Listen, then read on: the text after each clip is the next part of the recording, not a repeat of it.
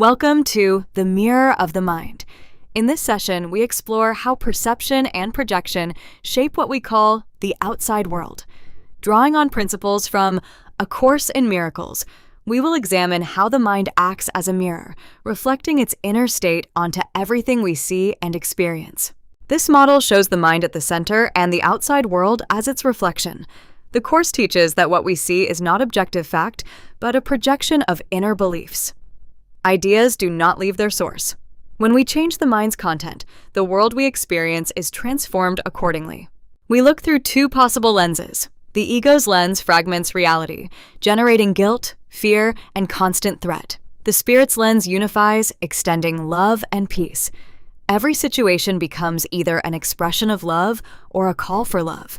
Our task is to recognize which lens we are using and consciously choose spirit.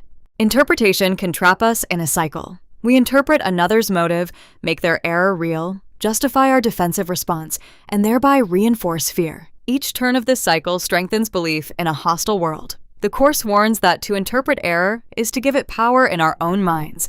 Here we see the trap of making error real. When we analyze others' motives, we respond to our interpretation, not to fact.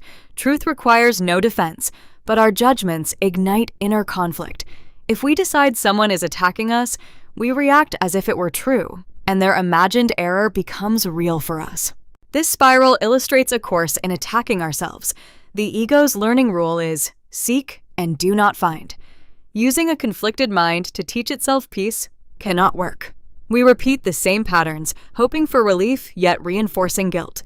The curriculum the ego offers is designed to fail at delivering lasting peace. Resigning as our own teacher is a strategic decision, not a defeat. It is an honest recognition that our current learning strategy has not produced peace. To leave the world of fear we made, we require a different teacher and a different curriculum, one that understands our limits and leads us beyond them. This slide contrasts two syllabi.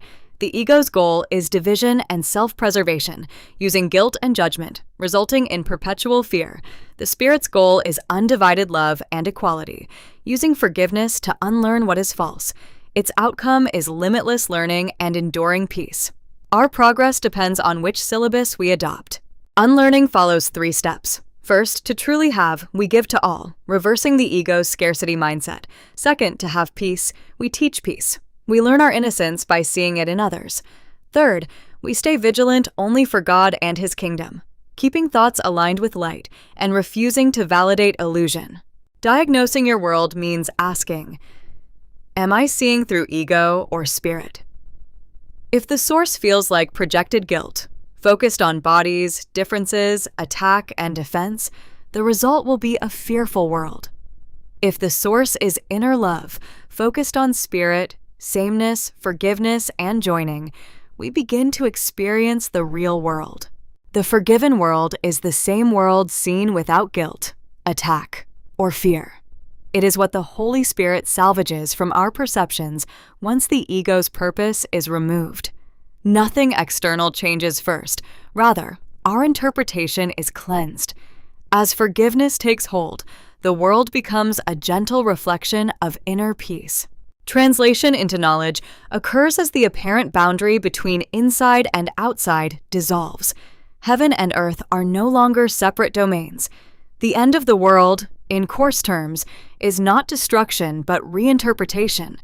The world is translated into heaven as our perception is fully aligned with truth. Finally, there is no outside. We cannot be excluded from God's power and glory because they are everywhere, including within us. The search for truth in external conditions ends when we realize we are the environment we seek. The kingdom of heaven is our shared identity, not a distant place.